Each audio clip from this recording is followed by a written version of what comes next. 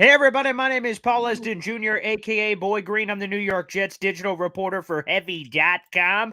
Welcome here on a late Friday night. We had to get this in this week, of course. We are in the thralls, quite frankly, of the NFL Combine, which is happening in Indianapolis. And to break it all down and figure out what the heck it means, you have myself, but more importantly, the very intelligent, the guy who's going to bring the juice to the table. I'm just the point guard who's going to try to pass him the ball as much so he can score 71 points tonight like Damian Lillard did so recently. So let's bring him in. Randy Mueller, former NFL general manager and a former executive of the year as well. Randy, what's up, man?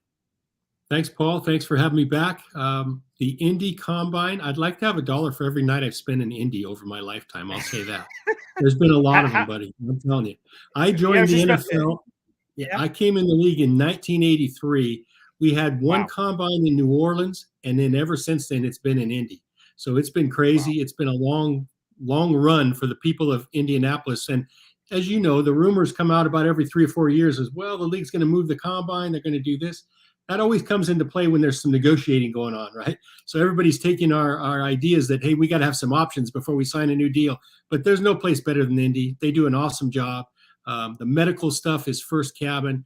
And we all know it's a convention city, plenty of hotels, plenty of restaurants, and there is a ton of people. It has pretty much become a three-ring circus for a week now, developing content for the NFL. So it's a great advertising tool. Yeah, and I really hope, to your point, that it does stay in Indy. But perhaps, as is everything with the world, it's run by the moolah, the money. So there's got to be some formalities, some T's crossed and I's dotted before we get there. But ultimately, I do hope you're right, Randy, that we do get right there in the thick of things with the NFL Combine. I will welcome everyone else who's joining us here on a Friday night. Randy is the man, Altoona Sandwich. You're damn right he is. Throwing that on there, and everybody else with all the wonderful comments. Feel free to throw some questions in there. We'll try to get to some of those by the end of today's program. But we're going to dive into the NFL Combine, and some people call it the Underwear Olympics. Some people underrate it. Some people overrate it. Randy, someone, as you just said, with your well-documented history, by the way, 1983, not a bad year for all those Dan Marinos and everybody else that came out in that famous 1983 NFL draft class. So we're going to try to dive in and understand the NFL Combine a little bit more. And I want to start with this, Randy. What are general managers like yourself hoping to accomplish in Indianapolis? Because, of course, there's a lot of workouts going on the field. We continue to get buzz things, with players breaking records that haven't been broken in a long time. But also, there's a meeting of minds. All 32 NFL teams are represented as well. So let's start off right off the top, Randy. As a former general manager, what were you hoping to accomplish when you got to Indianapolis for the entire week's events? I think the biggest thing, Paul, is first on everybody's list is to gather as much information as you can. I know the media makes a big thing out of all the GMs and all the coaches all being in one place. You'd be shocked at how little conversation happens between teams, between people, between decision makers in Indy, because you're totally swamped. You're totally fixated on meeting with agents, gathering information on college players that are there. You're doing interviews all night, every night. It's really nonstop for about 14-hour days. You don't have a lot of time to sit down and have a dinner with another team or really have much of a conversation at all. You might, in passing, mention a tidbit or two that, hey, let's talk on the phone here next week when we get things, out of here. It's chaotic for GMs because they're in the middle of their draft preparation. They're also in the middle of free agency. But I found that more than ever, you're in the middle of negotiating with your own players. And so we always took an ample amount of time to meet with agents on a daily basis of players who we had that were going to be free. And so we wanted to get an idea of what they were expecting in the market and what they might have already in their back pocket, to be honest with you. Because let's face it, it's legal tampering happens a lot more than people realize. And there's a lot of information exchange between sides on contract stuff as much as anything in Indy. So I think that information is all gathered all the time you're there. You don't even worry about putting it together where you can extract it. You're just throwing it all. It's like you're drinking out of a fire hose. You're throwing it all into a big hamper. And when you get back next week from Indy, you'll be able to figure out what we just learned. And it's easier said than done. But I'll say this, and this is just a little more detailed on exactly what I was saying. Let's say you have a running back, Saquon Barkley, who is Sure. going to be free, and you've had negotiations going all along with him. You get there and you get a little clearer picture of what he may be looking for. And if it's just say something that you're not willing to do, why not try to find that option or another option or two or three while you're there? So what the teams that I've been with, we might set up a meeting with another agent who has the second or third running back on our list to figure out where he's at. So you end up you might meet with, in this specific example, Paul, you might meet with 4 or 5 agents of the top running backs who are going to be free. And you compare that, who's looking for what, because signability is an issue. And you don't want to make a big step back, but if there's a fine difference between the number 1 running back and the number 2, and the money is substantially different, you may change course during one of these meetings. So there's a sharing of information that really is probably the biggest thing involved in Indy. And also the sharing of the medical information on the college draft guys, the attendants, the guys, the attendees that are there working out. So it's really a bunch of gathering of information, and then you hope to sort it out in the weeks to come. But right now, there's no output; it's all input. You're taking it all in. Yeah, we'll get back to the information gathering stage in a second, but let's go to what you just said. Technically, on the NFL calendar, there's this thing coming up here in short order, the NFL's legal tampering period, which for a period of about 48 hours, give or take, teams get a early start, essentially, on free agency to discuss contracts and do whatever they'd like. And then on March 15th, the league year actually kicks off, and all those deals are allowed to be had. Randy, are you saying, a good old Christian boy over here listening to this show, that you're saying that this legal tampering period may have started quite a few days, quite a few fortnights before it actually starts on the NFL calendar? The reason the NFL has labeled it as legal tampering, because there was tampering going on so bad that they couldn't control it.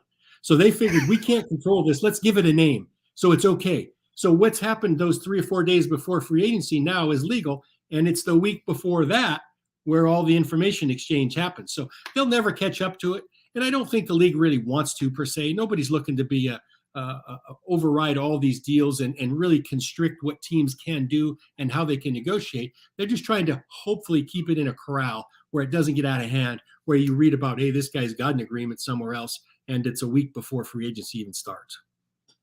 Yeah, and let's get into that just a little bit. I don't know how deep we have to do a dive in on this, but we see it in the NBA. Just a random example, which one's kind of weird, with the New York Knicks. The Knicks got their hands slapped for quote-unquote illegal tampering with Jalen Brunson, although his father is on the staff. So what was it, passing the pepper over and say, hey, Joe, I want to play for the Knicks? Like, that one's still a little weird, yet somehow they still were able to slap the hand of the Knicks for that. It's interesting. I can't remember the last one outside of the most obvious situation, which was the Dolphins and Tom Brady. But that kind of goes beyond just legal tampering of what we're talking about here. Why do you think the NFL has kind of turned a blind eye to this, relatively speaking, outside of the egregious cases that we just mentioned, that they kind of let this kind of happen, so to speak? I just think it's so hard to police, Paul. They can't police it all. They can't track everybody's cell phone. I mean, they are not the FBI, right? They don't want to be in that business, to be honest with you. So I think it's just a way to say, all right, within reason, this is what we're going to do. We're going to give this period of time a name, and everything's kind of moved up the calendar another week now. In other words, the Indy time is when it all starts. I will say that. That's when all the dialogue takes place between agents, between teams, between negotiators, between decision makers. That's where it all starts. And there's really no way around it. It's everybody has a plan right now as to what they want to do in free agency, but now they're exploring the execution of those plans. And I often say this, I probably said it on our show, Paul, the worst deals I ever made as a GM were the ones where I had no options. So I'm going to Indy looking for options. And I don't care what position it is, but if I've got a guy who's a free agent, I'm looking for options. And maybe it's a depth inside linebacker, but he wants X amount of dollars. Well, there are times when you can demand, and there are times when you can't. And the problem is you've got to put together a whole big piece, a whole big cake, and you got to divide up the pieces along the way. So if one guy wants too much, I got to find a way to get maybe an equal talent for less. So it is a big game of fitting in pieces to a puzzle when you're talking about a salary cap where this year is going to be, what, $220 million. It sounds crazy, but that has to go a long ways because you're counting your top 51 on the first day of the league year. All right, let's go back to the NFL information gathering stages, which you labeled the NFL Combine, which I find fascinating. The question I want to ask you, though, Randy, is how do you calibrate the BS meter? Because I'm sure a lot of information is flying all over the place, but how can you tell fact from fiction? How can you interpret information and say, wait a second, something doesn't pass the sniff test here, to other information like, oh, great, that was great to get that nugget? How do you kind of calibrate that heading into the Combine? It's a hard part of the business. I think in this case, and I've said this many times, education is expensive, Paul. So you have to have gone through this. You have to be able to weed it out. And I always say, for someone like myself, I said, you can't bullshit a bullshitter. So I can read it, I can see it. I've done a million deals, so I kind of know where we're at. The other thing is there's risk involved from the agent side too. He can't come in with unrealistic expectations or just pie in the sky statements, because you can sort that out quickly and you'll move on to the next option. So they can't just come in demanding this or saying this, but you also have to factor in they can ask for, and when I say they, it's a player and his agent can ask for whatever they want until there's time on the clock, and time is of the essence. And you're gonna have to factor in the fact that they're gonna be high, but you just don't know how much high and how much they're going to be able to settle for under the numbers that they may give you. Now, there's not an exchange of detailed structure of contracts at all. You're just kind of talking generalities, and I found it useful to know a plan. What's your plan on free agency? How are you going to attack it? Are you going to make some physical visits? You're going to go around on a recruiting tour of 5 or 6 teams. I want to be able to place us in a spot in those 4 or 5 teams where it gives us the best chance to have success. So there may be times when I want to be first on the visits. There may be times when I want to be last on the visits. It kind of depends. So you just got to strategize. And these meetings are all strategy. Strategy is a big part of it. So not only is it numbers, it's strategy. And you got to sort all that out and put yourself in a position to again, have options. That's the biggest thing I can say is, and I always come back to that, I got to have options to make the best deals I can for the team. And I've said it for a long time that the best tests I performed on was the one that had multiple choices. So more choices, the better, quite frankly. Wonder why? As far as I'm concerned, which is great. I want to get to this, Randy. I know we've discussed this sort of thing in the past, but it's super prevalent this week in Indianapolis as we hear the term that is often thrown around, a combine warrior, which is a player that in spandex, quite frankly, but a shirt and t-shirt, a t-shirt and shorts, shows up to the combine and lights it up. They have a great 40-yard dash, 3-cone drill, whatever, what have you, bench press. And all of a sudden it wows people, wows social media, wows the media. They're like, this guy is skyrocketing up the board. He's a combine warrior. And sometimes we've seen that in actuality. I can mention, of course, as a Jets fan, Vernon Golston way back in the day was one of those guys that Eric Mangini and the Jets brass all of a sudden was infatuated with as this guy who lit up the combine. He ends up being a 6th overall pick. And unfortunately, for the Jets side of things, one of their worst picks they've ever made in franchise history. Some would argue the worst, but that's neither here nor there. But just in general, that combine warrior term, is that real? Does that really sway teams when they see a player do these sort of things? Does it make a person like you, Randy, go back to the tape if maybe they show something a little bit more surprising than you thought at the comments and wait a second, maybe we missed something here, or just in general that someone could take just some things that happen in Indianapolis, and take it like gospel? I think to answer your question, I'll say yes to all that, Paul. All of that comes into play without a doubt. I think it does sway some people. A lot of it I would tune out as much as I can. For example, and this is a kind of a joke with scouts that do attend Indy. We're all sitting in a box together and a guy runs fast and one of the scouts will say, whoops, I got to go back to Wichita. I never thought I would, just because the guy ran fast. So it does force you to go check your notes again, kind of rewatch a little bit of the film, because maybe this defensive back ran 4.38, but he doesn't play anywhere near that speed. So that's the cautionary pump the brakes, is that I always go back to the film and what it shows you. And I think you can enter a cautionary, area where you hear these commentators on TV really talking this guy up. And I would never have the sound on because not disrespectful. I just don't care what they say. I'm just, you got to be careful. You got to be careful as to how you use this information. I'll say this, and everybody always asks me, well, it can't all be a waste of time. It's not. There are some specific positions, Paul, that I think are really good. For example, defensive backs, I get a lot out of the workouts there. I get a lot out of the receiver workouts. I get a little out of the running back workouts. But if you're talking about defensive players in general, I don't get much out of it at all. Now, you can compare the numbers to the 3-cone and the jumps and all that. Those are comparative tools. I get it. Those are objective numbers that we can't dispute. But especially on defense, so much of it is a reactionary business, and you don't see any reacting really at all in these workouts. These are all scripted. They know the drills they're going to do. They don't have to think at all. They're just doing this stuff fast. And when you eliminate the thinking part, you and I might be able to look pretty good. So just the way it is. You got to factor that in. On offensive lineman, nope, don't need to see him running through bags. Defensive lineman, nope. You can turn the corner, close on the bag. Oh, that's great. Doesn't matter. Wait till you throw a play fake in there. Then we'll see how fast he rushes. So all of the reactionary traits aren't apparent, and they don't even come into view at these combine workouts now. And there's getting more and more staffs that are like this in the NFL, Paul, where they're not even sending their coaches to these things. And to be honest with you, the scouts really don't want to go either, because they've already seen the tape.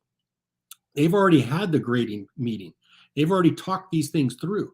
So really, this is it's either a red flag time or a confirmation of stuff you've seen. And that's really what these workouts have become. But I do think that there are certain positions that they're more valuable at than others.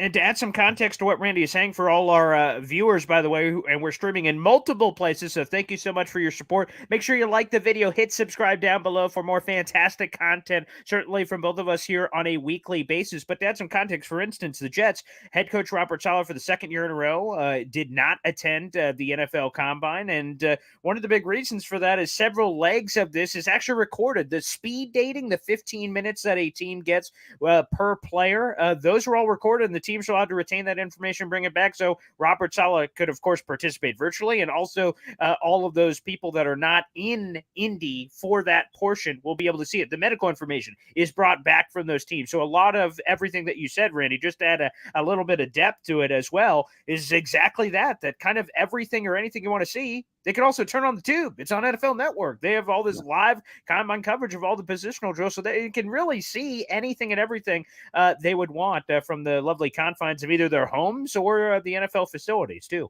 So, well, let's face it, it's become what used to be 3 days is now 5 or 6 days of media-driven content.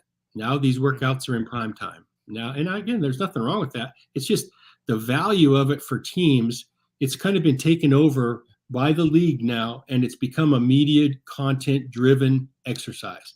And so there's a lot of pomp and circumstance. There's a lot of bells and whistles that really aren't that important to the teams. I'll say that. So I understand the creation of TV shows now every night on NFL Network. I get it. They'll end up selling that to somebody at some point for a lot of money. So I get why it makes sense. But for us football guys like Robert Saleh, I don't know how much it pays. Now, I do think GMs have a lot other things they can do and gather while they're there. I could see a head coach not even wanting to participate. It doesn't surprise me, and it's surely not a knock on Robert Saleh, that's for sure. And let's add one last feather to this cap before we progress the conversation, because I think a lot of people want to dive into some of the salary stuff, which often can be discussed here at the Combine. Randy, any memories? You were a NFL general manager at multiple NFL stops. Again, a former executive of the year. Flex on them, if you will, Randy. So do you have any great memories? Great, bad, indifferent, somewhere in the middle from any of your times at Indy that, is either a good memory or a bad memory from your time covering all of these or being a part of some of these NFL teams as a key piece? Well, there's some comedy that you stick with for years, some things you learn that you stick with for years, other than a steak at St. Elmo's, which is never a bad idea. That's always sure, a plus. Yes. I do have some memories from it. And again, I don't want people to think that the teams don't think this is valuable, because it is. I remember one year, in fact, it was my first year with the Saints when I was the GM. The agents also have a convention and a little class that they have to take for certification. So every agent is in town as well. And my first year with the Saints, they had me speak at the agent seminar. And I really enjoyed the give and take with, gosh, I don't know, must have been 300 agents on a stage. And we had an open dialogue. And it was actually something that I really, and they just peppered me with questions.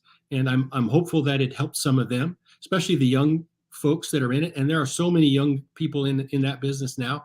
I really enjoyed that. I always some of my best friends to this day are agents, so they're on the other side of the negotiating table, but it doesn't mean there's animosity. So I do miss some of that relationship building with those agents, and that was one memory that I'll always have from it. There's another memory I remember where we all interview these players at night, and it's at the Holiday Inn train station type setup. There's 32 teams on one floor, and at one end of the first floor, there's a swimming pool in this hotel. It's kind of like an outdoor, like a motor inn, right? It's an old school hotel with a motor inn.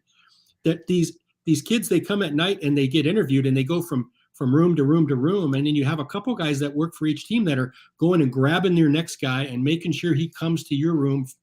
There was a volunteer for the Raiders one year that was grabbing players, and I remember him grabbing a player out of our room because he wanted to get him to the next room quickly so they don't get caught up, because these are all timed events. And he backed right up into the pool and tipped right over into the pool, fully clothed, sunk to the bottom of it. I'll never forget that. And that was an interview highlight for that. And people still talk about that 15, 20 years later. So crazy things happen. It's life, right? And that's, part of it is having good times and be able to enjoy those 14, 15-hour days. Again, because they can be incredibly labor intensive beyond even the stuff that we see on television. So let's move the page over, of course, to some of the cap gymnastics that'll be going on here. Because, of course, for those who don't know, we talked about the legal tampering period, wink, that starts on March 13th. The official league year starts on March 15th. By the new league year kicking off on March 15th, every NFL team must be salary cap compliant. There are a lot of teams where you start to go, how the heck is that going to be possible? We start pulling out the calculators and trying to do the math. Randy, take us behind the scenes here, and really what kind of goes into all of that for teams to get salary cap compliant, what is necessary, and kind of what are all the decision-making process that is kicking a lot of this off, obviously, and a lot of that chatter in Indy. Yeah, definitely. It continues at Indy. This has been going on since the season ended.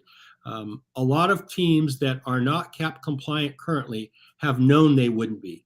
And so the misnomer is that all of a sudden they got to create 30 million in cap room. They've known that all along. So they have a plan in place. I remember a couple of years back, and Mickey Loomis, my best friend for 25 years, is the GM of the Saints now, and he was my assistant when I was there. They were 130 million over the cap. And I remember we were talking about it, kind of having fun. And he said, we've got all this worked out already. We kind of know what we're going to do. So it's not like they're creating. They've had most of that, the second half of their season and the first couple months in the offseason to sort all that out. Now, you might get into some deeper talks with some of these capologists in Indy. So this is a big, important time that some of this stuff happens then. But these teams have had plans. So they're executing this plan currently. And you mentioned it, the top 51 salaries count on March 15th. I guess that some of the things that throw a little bit of a fly in the ointment is you have franchise tags that some teams will use. The biggest part is the contracts that you're going to enter into, whether with your own or with others. It's hard to plan all the salary cap room that you will need for that, because sometimes the structure of the deal is what might land you the player. So you've got to give more upfront. You've got to give more guarantees, which is more cap dollars in the earlier years, depending on how you write the deals. So the deals are definitely more complicated now, but you've got to restructure a lot of deals. Some teams won't do the restructuring because, let's face it, you have a extension, you have a renegotiation, and you have a reduction. Those are the three kinds of deals teams enter into. So a lot of times they'll say, well, you'll hear a player say, I'll give money back so we can sign other guys. I don't want you to give money back. If you want to take less, that's another story. But a restructuring of a player's contract really is just turning his base salary for 2023 into signing bonus. So you're just using a credit card to pay that salary down, and you'll have to count it in future years. But if you do this often, pretty soon you're going to have eaten up a lot of your cap in 2024 now, because you've pushed off the spending. And some teams just won't do that. Other teams will. I think the biggest team that, and we'll talk about this later, is that I found fascinating at this current window is the Cowboys and the decisions that they have to make. They've got to make a bunch of cap decisions. They've got some high profile players that they're on the hook for having to pay, and they're going to have to create some cap room. Other teams are just like that too. We saw Tennessee already save what was it, $37 million by cutting 4 Yes. players last week. Mm-hmm. Life and times, baby. That's what you got to do. And it's hard to replace those guys, but they've known that all along. So they have had a plan to do this. They've also had a plan to replace or to try to upgrade or to try to move some money around. So those things have all been in the works. Every team has to jump through these gymnastics, as you called them. And it's true. It's just the way it is. Let's jump a little deeper into that Titans conversation, which is interesting because obviously they have a new GM. They hired Rand Carthon, who's got a wonderful reputation from his history with the San Francisco 49ers. They retained Mike Vrabel as well. It's interesting that they did create that cap space you were talking about, but an expected move, I don't want to say a guaranteed move that was prognosticated to happen, was the future of Ryan Tannehill because he has no more guaranteed dollars left in that deal. So it would have been very easy to create a lot of money with just that move. But the Titans, weirdly, I'll put it, I don't want to put words in your mouth, Randy, but what did you make of it? That they not only seem like they're going to keep him, they gave a public vote of confidence, so to speak, that Ryan Tannehill is a Titan and will be a Titan, which seemed like a very interesting move nonetheless to kind of put that out there almost as a matter of fact. Yeah, they came out strongly that he was their guy, and that does surprise me because at $36 million, that is a giant cap number. Not many teams would allow one player to create or to carve out $36 million, and there's no ifs, ands, or buts. It's there. So I would have probably tried to jump in the Derek Carr deal, to be honest with you, jump in the Aaron Rodgers deal. You're going to get one of those guys for a cap number of maybe 20 million. So they've elected that they're not going to make any change. I get it. I would be curious if you gave Rand Carthon some truth serum, if he wasn't working a backdoor some way, somehow. I know I would. And maybe that's a red flag on me, but I'm always going to be trying to find a better deal for a better player and make us better all the time.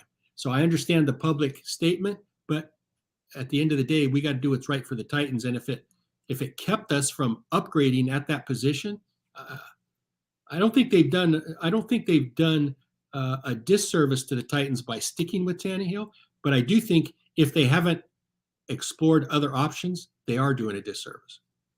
And also take this for what you will. Speaking of the Titans, last year, Mike Vrabel came out when asked about the A.J. Brown trade rumor, said, as long as I'm the head coach, he's going to be here. And a few weeks later, well, of course, A.J. Brown was traded on draft day. So take that for you will sometimes when public comments are coming through. Let me give a further question on that thought of maybe working a backdoor deal. If you have a guy like Ryan Tannehill, is that a potential dangerous game? Do you just, if you want to potentially explore the Derek Carr waters or the Aaron Rodgers waters, do you cut Ryan Tannehill and just go chase those? Do you hold on to Tannehill and try to work that behind the scenes? And what if some of your behind the scenes, investigating, all of a sudden a light comes on the room, you're like, oh, sorry, I've been caught here with my hand in the cookie jar looking. How dangerous can that be? Kind of take us through that thought process both ways. It can be very dangerous because just look back a year ago in Atlanta when they flirted with the Deshaun Watson. Of course. And Matt Ryan got a rift of that, and guess what? 2 weeks later, he's gone. So yes, you have to do it on the behind closed doors. You've got to trust people to get information and have an exchange.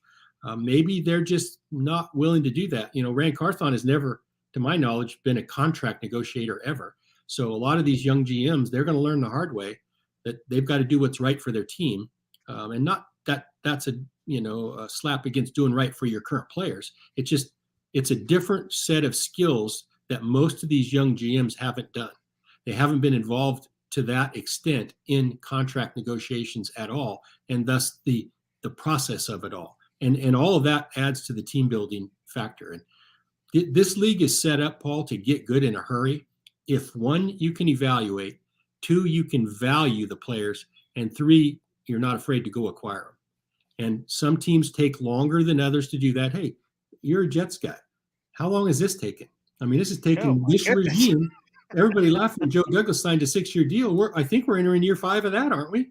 So You've got to act quickly, and you can turn teams around fast. The rules are set up where teams can get good. It didn't used to be like this, but you can get good in a hurry if you can do those 3 things that I just mentioned. So sometimes it's leaving the door open and being non-committal. And I always like to be in the middle of every deal I could be, Paul. I want to know about every deal because we can always say no at the end of the day. And I learned that from Paul Allen when I was in Seattle. God bless Paul.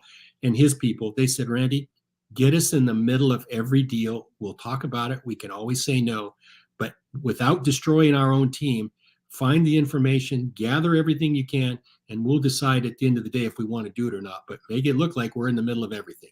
And I've used that my whole career. Well, that's a great nugget and has been great stories as we're kind of diving through this. One last nugget on kind of cap gymnastics and in general, kind of a check-in.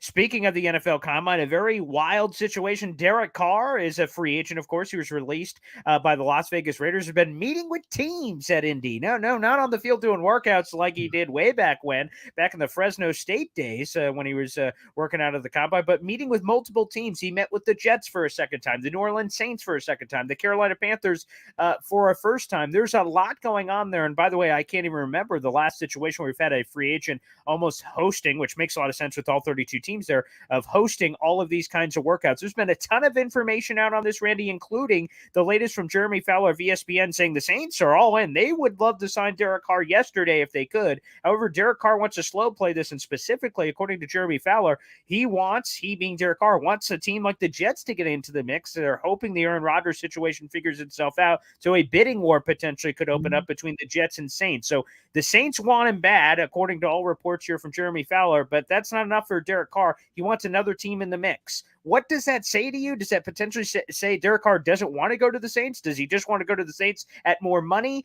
Try to dive us through on all the latest with Derek Carr, who continues to enjoy his free agency tour.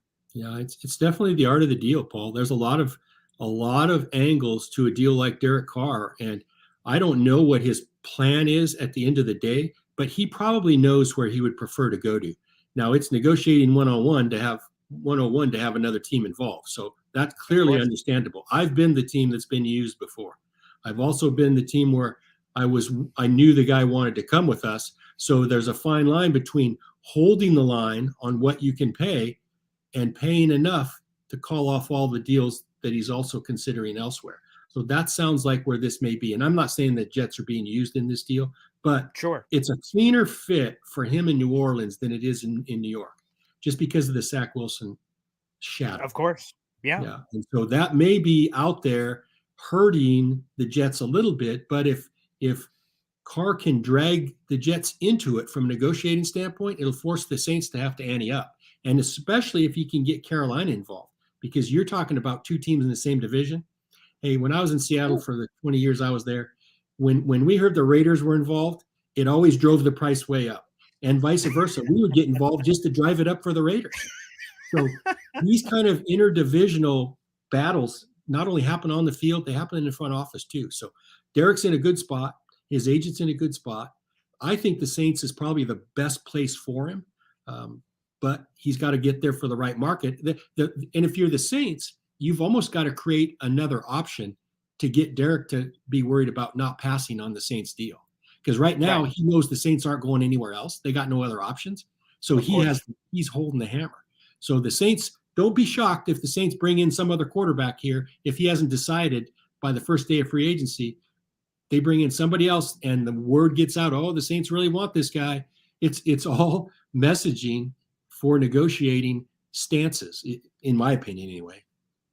Let's do additional nugget on that, because I will tell you from a Jets perspective, once this report came out from Jeremy Fowler that Derek Carr wants another team in the mix, a lot of Jet fans have, wounds. They have battle scars. They go to meetings every week to tell their therapist about the last time this sort of thing happened. That was Kirk Cousins. And he filmed a documentary about it, let the entire world know he had zero interest in going to the Jets, but he solely used them to get more money from Minnesota. It ended up working out, of course, because the Jets offered him a 3-year fully guaranteed deal. He turned that to the Vikings. They said, okay, we'll match, and boom. So Jet fans are burned by this. So as soon as they heard this, not necessarily saying to the same point that you said, Randy, that this doesn't mean that Derek Carr is, but hearing you say, Randy, that you've been on that end of the stick before, I think you and Jet fans who are in our chat that I can see can commiserate here a little bit.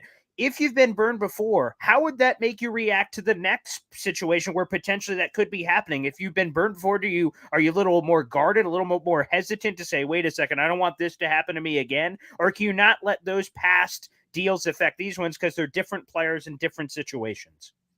Well, if I'm the Jets, I'm going all in right now at whatever my top dollar is. And if it means writing a check for guaranteeing $100 million, that's what I'm doing. If they truly want to go all in, there's no reason to try to get a good deal at this point. The Jets are going to have to buy somebody, in my opinion, because the Zach Wilson shadow makes it not ideal for any quarterback. They can say what they want about how they want to do this or that. Zach Wilson's not going anywhere. They've said that. So if I'm a quarterback, it's less than ideal. The only way Derek Carr's going there is if somebody writes a big check. And if I'm the Jets, I'm doing it sooner than later. And let's say he turns that down. Then we can publicly make our statement and move on to the next option. There's nothing we can do if he doesn't want to come here. But I'm not letting him play us. I'm going to find out and smoke it out first. And then we're going to heal some of those scars, because it'll be because he didn't want to come here, that we move on to the next option, not because we're trying to juggle 2 or 3 different balls at one time. All right, let's go to, I know we're streaming on this page. I know fans of this team specifically have been waiting in the comment section. How about those Cowboys, baby? Cowboys, catch up. Let's work into this, of course. The Dallas Cowboys are always a sexy topic, America's team, and there's a lot going on because they're in a weird position. They have Ezekiel Elliott, who's been a rock star for the Cowboys for a long time. I know my dad's a diehard Cowboys fan, so I've seen almost every Cowboys game for the last 25 plus years, and all the great triplet days of Troy Aikman, Michael Irvin, Emmitt Smith, and even to all the days of Tony Romo and the latest Dak Prescott era. So they've got the Ezekiel Elliott thing where this pay cut thing has been floating around. Tony Pollard is a free agent to be, so the franchise tag looms. He, of course, had a very serious injury in the playoffs, so he's kind of hanging in the mix with that. So it's a very complicated situation here with a variety of things, and also Dak Prescott's contract, because of how it was set up with the franchise tags in the past, that he is going to be due for a contract extension sooner rather than later, and the quarterback market is exploding. So really, quite frankly, a lot to dive into. And even more than that, what do you say, Randy, about all of this and the big-time decisions the Cowboys have to make to try to see if they can finally get over the hump and make that deep playoff run that Cowboys fans have been waiting for a long time? Yeah, this is just a great example of the things that teams are going through. And we mentioned some of those things earlier. The Zeke Elliott individually negotiation makes a lot of sense to me, in that this is a great example of what his agent is probably doing in Indianapolis. If he knows that Dallas wants him to take less, I'm going to Indy and I'm meeting with every team who possibly needs a running back. And I'm trying to find out, what is my market? What can I get? And then I'm going back to the Cowboys and I have some knowledge of, because at the end of the day, Zeke doesn't have to take a pay cut. He can get cut. And that's in his best interest if he can get at least more than what the Dallas team is offering. So that's why they've used this whole week, in my opinion. And I don't know who Zeke's agent is, but my guess is he's used this time in Indy to figure out what my market is. That's the kind of conversation that happens a lot in Indy. You may have 1 or 2 of these guys on every team that you may ask to take a pay cut. They're not going to do that unless they can find out where my fallback position is. So that's happening. Hey, Zeke's due $10 million this year. They're not going to pay him $10 million and franchise Pollard at $10 million. That makes no sense at all. You're talking $20 million in a running back position that most have devalued down to $5 or $6 million a year, being the magic number. I don't know what Barkley's going to sign for, but it's not going to be a lot more than that probably. But we sure wouldn't have 2 guys making the same money. So I think the Zeke Elliott one is interesting because I don't know that by cutting them, they save a ton of money. He might be designated for one of those June 1 post releases where they can push some money off into the following year. That may make the most sense for Zeke. But at the end of the day, I guess he could take a lot less and give the room to the Cowboys to do these other things. But he also has to acquiesce that I might not be the starter. I might not be what I've been here in the past, because I do know they love Pollard. And so that factors in as well. Do I want to finish my career here as a backup, or do I want to go somewhere else, possibly make a little more money, but I got to go somewhere else to get it? The other factor is, and this comes into play, now I wouldn't say in this case, but as a GM, in some cases when we would consider a player taking a pay cut, I always said, well, if we have a great relationship with that player and his agent, it's a possible. But the other thing is, if we don't, that agent more than likely is going to recommend to his player, we're going to play for less, but we're going to go somewhere else to get it, because there's pride involved as well. So there's a lot of angles to negotiating these type deals. A lot of times, if you've been to the mat with some of these agents, you have a better chance to get a common ground to conclude these deals. But there's a lot of points of interest that what's best for our team. I don't know. I surely don't want a disgruntled player that we've gone to and asked to take a pay cut. So maybe it is best to cut the cord and let him make less somewhere else. But these are all the kind of decisions that you come up with. I think Zeke is one of those decisions. Tyron Smith is another one. Starting tackle for them forever. He's played 17 games, Paul, over 3 years. Not each year. He's played the equivalent of one season total over the last 3 years. They can't do that. I mean, that's crazy money. They'll save another 9 or 10 million if they release him. So the Cowboys have some not only hard decisions to make, but they've got some to make on marquee players. So the public will weigh in on some of that, and then you don't know how that's going to affect Jerry's decision making, because we all know that at the end of the day, Jerry is the one that actually decides that stuff. 100%. I want to add, because I think it's a great point on the Zeke comment. We don't have to look very far. Aaron Jones of the Green Bay Packers encountered that exact scenario where it seemed like the tea leaves suggested the Packers are going to cut Aaron Jones. So probably approaching him about a cut. Aaron Jones' agent must have spoken around the league to see what he would be worth, and they said, hey, we'll settle on it appears to be this 11 million number. The Packers get him at a lesser rate, and Aaron Jones probably gets the most money, and more money, quite frankly, than he would have gotten on the open market. So a beautiful example of that Zeke situation that could happen. And and Tyron Smith, by the way, for those who don't know, and you should, of course, with the Dallas Cowboys and the market he gets, perhaps a future Pro Football Hall of Famer, an absolute stalwart on the offensive line for a long time for the Dallas Cowboys. Unfortunately, though, injuries have plagued him since his rookie contract, and that's unfortunate with all the injuries he's kind of piled up. But going back to the Dak thing for a second, I don't know if you caught this, Randy, but Stephen Jones was doing, and of course all the Joneses do all these interviews. He was asked about Dak Prescott and lauded him and praised him for all these wonderful things. He said, of course, except winning the big playoff game, Dak is exactly what you look for in the quarterback position.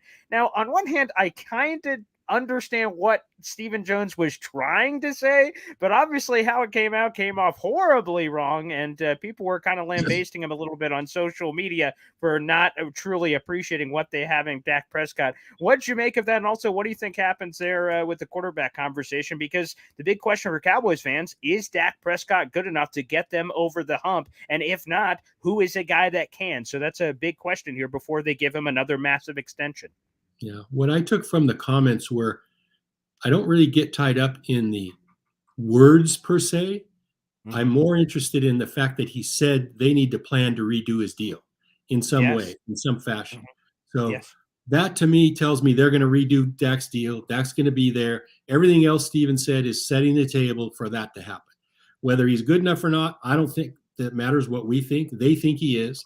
And I agree with Steven in that the intangibles, everything that you hear from from Dak is awesome. That's exactly, you always hear the right things out of his mouth, but they've got to find a way to win more games. And I think what they'll end up deciding at the end of the day is we'll create some cap room with Dak's contract to add some players that we can try to get over the hump with. But I don't think Dak's going anywhere. This team has doubled down on their own players to the point where you can almost be critical as they overpay their own guys. You've seen it for the last 10 years in free agency. They overpay their own guys.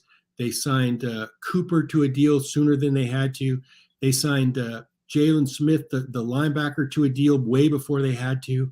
They anoint their own players better than or more than any other team in the league, in my opinion. And some of those deals come back to haunt them. They don't play the risk. For as good of a deal maker as Jerry claims to be, they don't risk a lot of deal making. They just overpay, and they end up putting their cap in tough situations in years to come. So this is another example of that. They're going to have to fight through some cap things here the next year or two. It was always said that Jerry always knew more about where the union was going with the cap dollars. So he was spending money that the rest of the league didn't know that they had. I think he's to the point now where he's going to have to put up. He can't really forecast where the cap's going to go as much now because it has gone up a lot, especially since the pandemic. So he's going to have to play the same game that everybody else is playing. and we'll see how that goes the next year or two. And no question about it. And Jerry Jones, again, a Pro Football Hall of Famer in his own right, punching his own ticket to Canton a couple years ago. We'll see if he could get some juice out of that bust in Canton and see if he can make something happen there from that perspective. All right, we end the show the same way every week. We dive into the GM notebook, some random quick hitting nuggets we didn't cover already on the show that may have caught in Randy's eye this week. And that includes the Chicago Bears, who apparently, the breaking news, the number one picks on the block. Randy, I thought we talked about that a couple months ago. What's the hey? Did the Bears pay Adam Schefter a little side pay, slide him an envelope across the table? Hey, let's drum up interest once again as we're heading into Indy. What's going on here? What gives? I don't think the Bears pay him, but we all know ESPN pays him. And when Adam puts out a tweet like this that creates news that, in my opinion, and I love Adam, isn't really any news at all, you see the traction that went around the world on these kind of things. So, no, it's nothing new. The first pick is always up in the air. It's always up for sale. Everybody says this. So this is nothing new. Nobody's making a statement that, hey, the Bears are trading this pick. They're not. They may indeed at some point. But, yeah, that's far from breaking news. And my question with this particular draft is, who are we going to trade up to get? I just don't know that there's a player right now. We saw the big tackle, defensive tackle from Georgia, hit some hard times this week. He was rumored to be a top 5. That doesn't help the Bears in that, that's one chip that somebody may have gone up for. I don't see that happening now. I just don't see teams trading up for the Alabama quarterback right now. They can't, depending on what list you see, there's no consensus. This is the guy. So I don't know that this pick at the end of the day is going to be traded. In fact, if I had to bet money, it wouldn't be, unless they just want to make a bargain, the Bears do, to drop down and acquire a few other assets, because let's face it, they don't need necessarily quality. I mean, don't get me wrong, quality is good, but they need quantity of players. So that's the move that they would be willing to make. I just don't know who's going to move up to get them. And to your point, I mean, the Bears, and no offense to all our Bears fans, because I also know we're streaming on the Heavy on Bears, so shout out to the Bears who are out there, our wonderful Bears fans that they may have one of the worst rosters in the NFL. They just haven't paid anybody. Roquan Smith, they traded away. They could have paid him. Robert Quinn, I mean, another guy that they traded away, let the Eagles pay. Quite frankly, they're even paying a little bit of a salary this year to play for the Eagles in the Super Bowl, which is kind of wild. So the Bears need guys to draft, retain, and eventually sign to these deals, but unfortunately we haven't seen it. So yeah, they need to trade back and try to trade back as often as they can, but maybe not too far, so they can have some of these blue chip players to potentially build around moving forward. Let's stay in the NFC North, because adios, Aaron Rodgers. And I will give this nugget because, Aaron Rodgers' situation is always bubbling. As we are live here on a Friday night, of course, the NFL Combine coverage is also on live on NFL Network.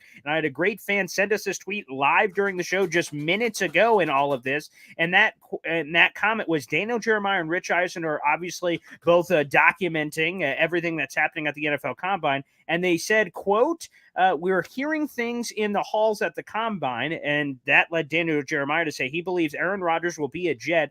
Also added he does not believe it will any longer take a first-round pick to acquire Aaron Rodgers' services. And some of the chatter that's come out this week on all of this, Randy, is that the Las Vegas Raiders are seemingly out on Aaron Rodgers, which means it's either, if we are led to believe, according to The Athletic, that it's Green Bay, retire, or the New York Jets, or some mystery team is apparently lurking in the weeds. We've heard some whispers this week about the Miami Dolphins potentially with Tua's fifth-year option. That's been floating around. So more Aaron Rodgers news, but with no news, just kind of a lot of rumors and whispers happening once again with Aaron Rodgers, who has emerged from his cave earlier this week.